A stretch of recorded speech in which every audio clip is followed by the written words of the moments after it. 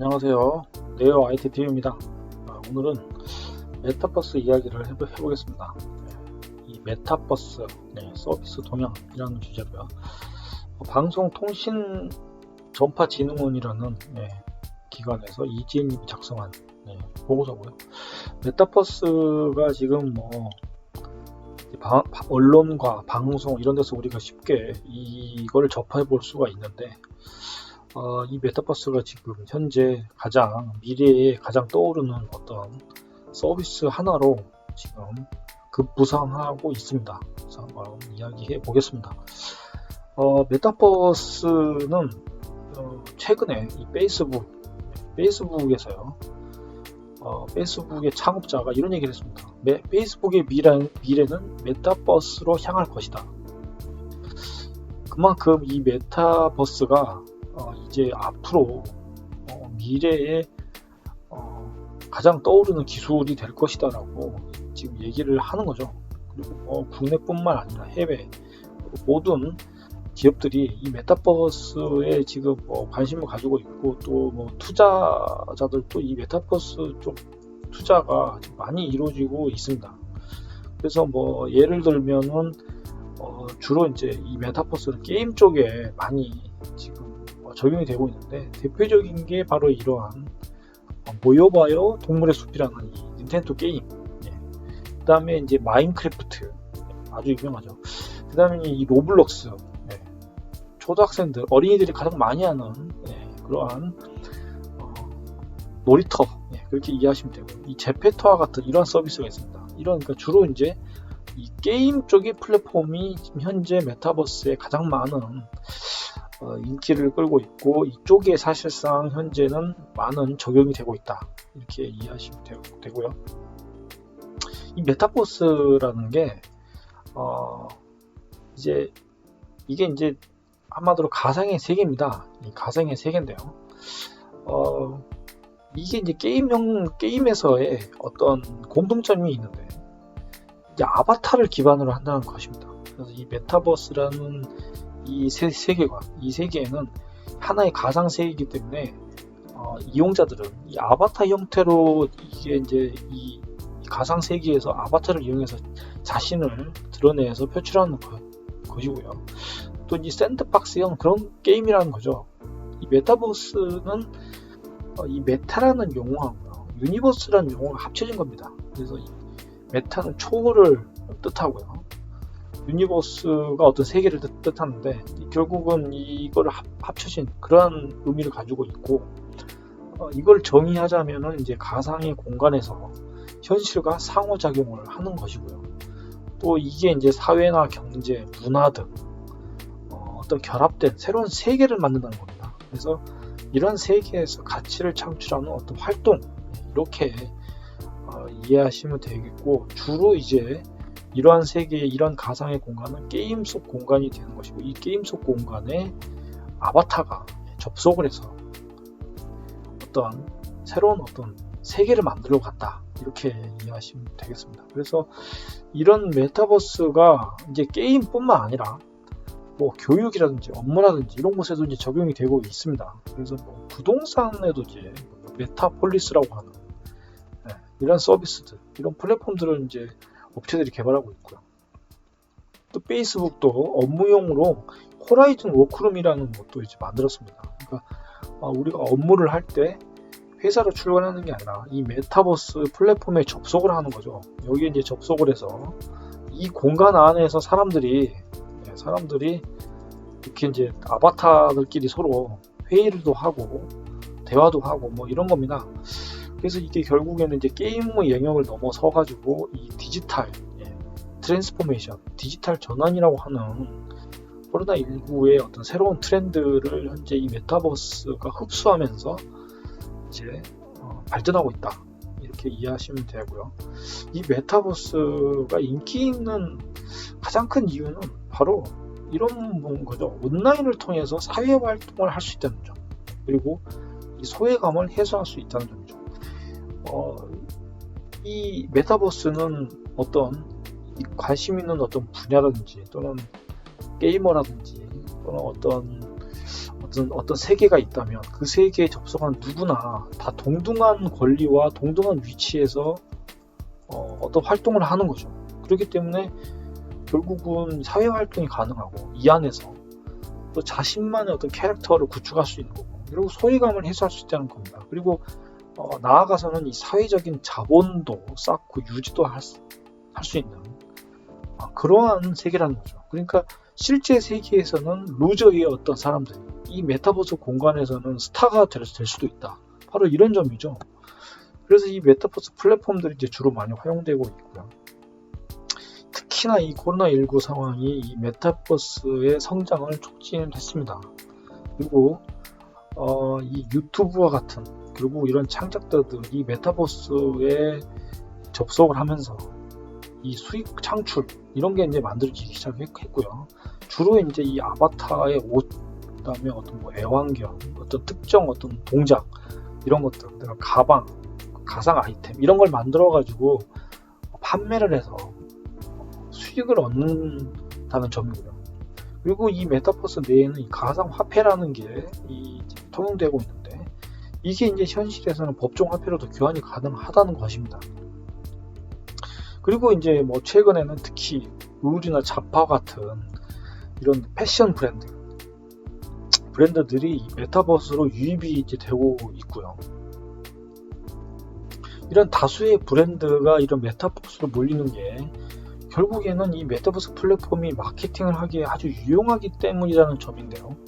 바로 거기에는 바로 이 MZ세대, 이 세대가 있기 때문입니다. 이 세대는 1980년대에서 90년대 중반까지 탄생한 밀레니엄이라는 세대를 뜻하는데, 밀레니엄 세대는 M, 그리고 1990년대부터 2000년대 중반까지 출생한 이 Z세대를 합쳐서 MZ세대라고 부르고요. 이러한 세대들이 이 콘텐츠 생산과 소비, 전파에 막대한 이 영향력을 가지고 있습니다. 그래서 기업들은 이런 이 소비자들을 갖다가 잡기 위해서 메타버스 플랫폼을 마케팅으로 이제 활용을 하는 것이고요. 대표적으로 이런 MZ 세대들이 로블록스, 포트나이트, 이런 동물의 숲과 같은 이런 게임들을 많이 하기 때문인 것이죠. 그래서 이제 마인크래프트 세대 이런 말도 이제 불리고 있고요. 동물의 숲의 20대 한 3분의 1은 이 동물의 숲 게임을 다 하고 있다, 이런 조사도 있었고요.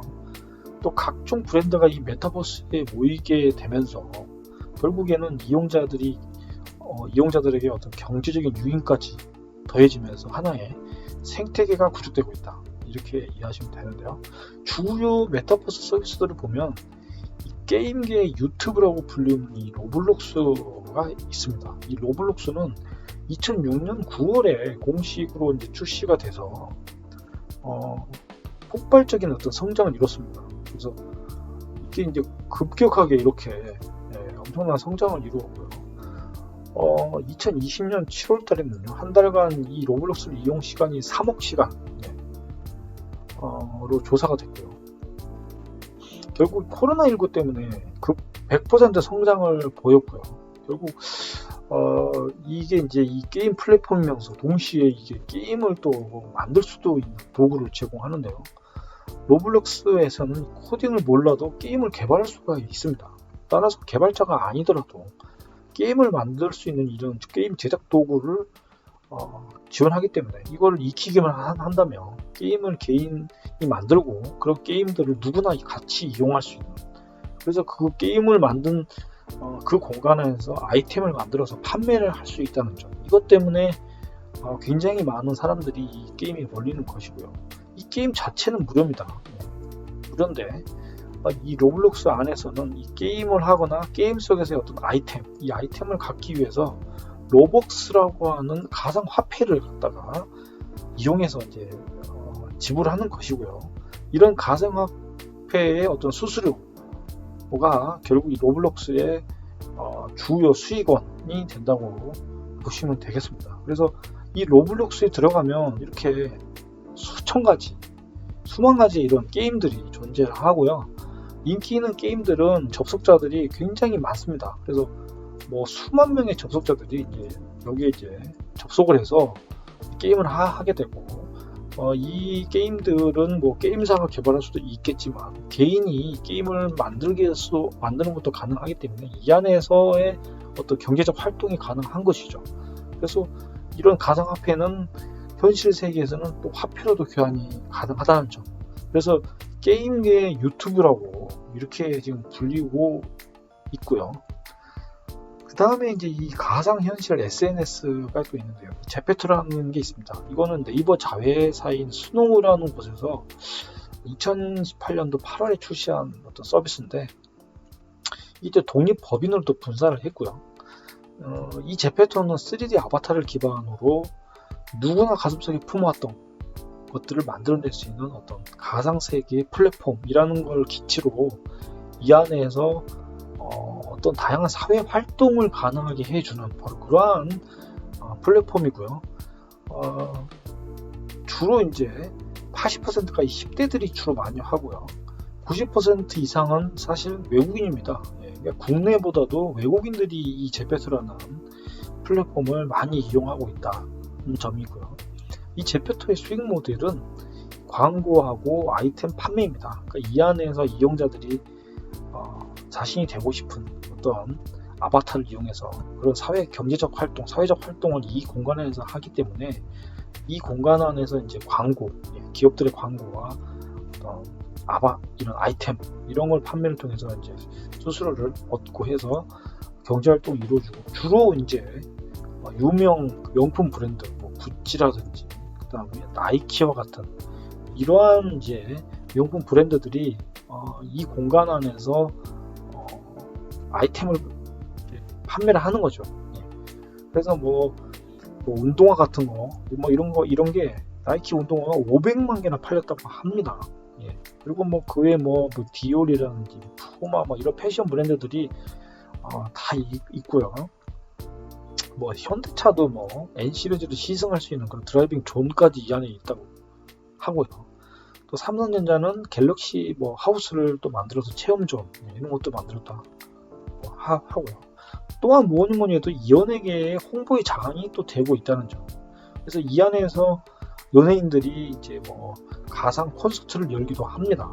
그래서 이 안에서 이제 많은 이런 수익을 또 얻거나 또 투자를 해서 결국은 홍보를 하는 어떤 플랫폼으로 활용되고 있고요. 이게 이제 SNS 성향이 강한 그런 플랫폼이다 보니까 코로나19로 인해 가지고 친구들을 현실 세계에서 만나지 못하고 이 안에서 이제 만나가지고 이야기하고 대화하고 아바타를 꾸미고 음악에 맞춰서 춤을 춘다거나 그러한 사회적 활동들을 이 안에서 할 수 있다는 점 때문에 코로나19 이후 가입자가 급격하게 늘었고요. 이 아바타가 펼쳐지는 것만 제외하고 사실은 인스타그램과 페이스북과 같은 이런 SNS와 동일하다고 보시면 되겠고요. 또 드라마 놀이도 하나의 문화로 자리 잡는 그런 상황이 또 벌어졌고요. 이런 아바타를 이용해서 드라마나 예능도 만들고 있는 상황이고요. 이제 이렇게 커뮤니티가 많이 만들어주고 이용자가 직접 창작하고 또 웹툰과 드라마를 패러디하고 이러면서 굉장히 많은 가입자들이 이제 늘어났고요. 그 다음에 이제 이 디지털 레고라고 불리우는 마인크래프트라는 이제 게임이 있는데요. 스웨덴의 게임사 모장 스튜디오라는 곳에서 2009년도에 출시한 게임이고요. 이 게임은 그 레고 블럭처럼 생긴 그런 아바타들이 이제 이 안에서 활동을 하는 것이고요. 그래픽이 이미지가 각이져가지고 좀 이상해 보이는 것 같은 그러한 느낌도 받지만 엄청난 인기를 끌고 있습니다. 그래서 마이크로소프트가 2014년도에 25억 달러로 인수를 또 했습니다. 그래서 이런 마인크래프트가 굉장히 이렇게 인기를 끌고 있고 모든 것이 일단 블록으로 만들어져 있고요. 디지털 레고라고 이제 불리고 있는 상황이고요. 이 마인크래프트의 수석 개발자 젠스 베르켄스텐이라는 사람은 이 마인크래프트의 성공은 커뮤니티에 있다라고 또 이야기를 했습니다. 그래서 이용자들이 이 커뮤니티에서 서로가 만든 맵을 갖다가 공유를 하고 이런 것들을 또 게임을 만들어내고 그 안에서 그리고 그러면서 이제 이용자들의 니즈를 갖다가 이 게임사는 실시간으로 확인하고 또 커뮤니케이션을 할 수 있기 때문에 지속적인 어떤 업데이트가 가능했다는 점. 이게 이제 굉장한 어떤 장점이 또 되고 있는 상황입니다. 그리고 이제 이 디지털 힐링이라는 게임으로 이 모여봐요 동물의 숲이라는 이런 게임이 또 있습니다. 그래서 이제 이 게임은 2001년도 4월 달에 이제 출시된 닌텐도의 콘솔 게임입니다. 그런데 엄청난 인기를 끌면서 닌텐도 스위치 대란이 일어났고요. 이 자유도가 높은 샌드박스형 형태의 게임인데 이 게임은 이런 샌드박스형 게임의 특징은요. 게임의 목표가 뚜렷하게 없다는 점입니다. 그래서 개인이 자유도가 굉장히 높은 그러한 게임이고요. 이 안에서 뭐 정원을 가꾼다든지 곤충을 채집한다든지 또는 뭐 동물 친구들을 갖다가 알아가면서 자신에게 맞게끔 자신이 원하는 그런 스스로 원하는 게임을 즐긴다는 거죠. 그래서 이 게임 안에서 어떤 힐링을 느끼면서 또 여러 가지 계절, 현실 세계에도 이 게임 안에서의 어떤 세계, 또 현실 세계에 마찬가지로 계절과 또 어떤 시차 이런 게 다 있기 때문에 마치 내가 이 가상의 세계에서 어떤 힐링하는 느낌. 그래서 닌텐도 게임에 보면 이렇게 이렇게 귀여운 캐릭터가 있고 이 안에서 뭔가 이제 여러 가지 자유로운 활동들을 하는 거죠. 근데 이런 활동들을 하면서 어떤 힐링을 느끼는. 그래서 굉장히 난이도는 높지 않습니다. 그러니까 난이도는 굉장히 낮으면서 많은 대중들이 손쉽게 아주 고민 없이 힐링하면 힐링하듯이 이렇게 편안하고 쉽게 게임을 즐길 수 있다는 점. 이 점이 이제 이 닌텐도의 동물의 숲 게임의 가장 큰 장점이 되겠고요. 결국 코로나19로 인해 가지고 사람들이 이런 게임을 하게 되면서 더 많은 인기를 끌었습니다. 이 메타버스는 앞으로 그럼 어떻게 이제 발전을 할 것인가를 우리가 또 얘기를 해보자면 최근에 이 NFT라는 기술이 결합되면서 앞으로 발전할 거라고 예측이 되고 있는데요. 이 NFT는 대체 불가능한 토큰이라는 기술인데요. 이 스마트 계약이라는 걸 이용해서 디지털 거래를 가능하게 합니다. 결국 블록체인 기술을 이용하는 것이고요. 이 블록체인 기술에다가 스마트 계약이라는 이러한 걸 결합시켜서 이 안에서 디지털 거래를 할 수 있게끔 그런 형태로 만든 기술입니다. 그래서 희소성을 갖는 이런 디지털 자산을 거래를 할 수 있게끔 기술을 구현을 했고요. 이 블록체인 NFT 블록체인 기술 안에서는 이런 디지털 어떤 파일에 대해서 소유권을 부여할 수가 있습니다. 그래서 이런 소유권은 이 블록체인 안에서의 계속 유지가 되는 것이고요. 이러한 걸 이용해서 이게 메타버스 안에서 이 NFT를 이용해서 어떤 거래가 이루어진다면 메타버스 플랫폼 간에도 거래가 이루어질 수도 있을 것입니다. 미국에서는 2021년 3월 달에 매일 1500일이라는 이런 작품이 또 785억 원에 팔렸고요. 또 이 트위터 공동 창업자가 작성한 최초의 트윗이 약 33억 원에도 거래가 됐습니다. 그리고 이 NFT라는 이 기술이 이 메타버스하고 이 접목이 된다면 엄청난 성장이 이루어질 거라고 지금 예상이 되고 있고요. 페이스북은 이 가상현실 분야에 일찍이 투자를 해왔는데 2014년도에 가상현실 디바이스라는 오큘러스라는 가상현실 디바이스를 23억 달러에 인수를 했고요. 페이스북이 이러한 것들을 인수한 배경에는 바로 이 메타버스를 결국 자신의 SNS와 결합시켜서 앞으로 메타버스 플랫폼으로 서비스를 하겠다는 그러한 전략을 세우고 있는 것이고요. 현재 주목받고 있는 이런 메타버스 플랫폼들은 대부분 현재 게임에 뿌리를 두고 이 플랫폼들이 만들어지고 있는데, 이제 이 게임에서 점점 SNS로 옮겨가고요. 이 SNS가 결국에는 어떤 이제 다른 세계들과 융합이 이루어지면서 메타버스의 플랫폼과 이 시장은 점점 커질 거라고 그렇게 예상이 되고 있습니다. 이 메타버스의 가치는요, 결국은 다양한 브랜드가 이 메타버스 안으로 들어오게 될 것이고, 광고의 장으로도 쓰일 것이고, 하지만 이게 일시적으로 이용자들의 외면을 받을 수도 있다라는 그런 우려들도 같이 공존하고 있습니다. 한때 우리가 그 과거에 어떤 서비스가 등장했다가 사라진 거를 우리는 많이 목격을 했습니다. 예를 들어 싸이월드라는 서비스들이 대표적으로 예로 들 수가 있겠고요.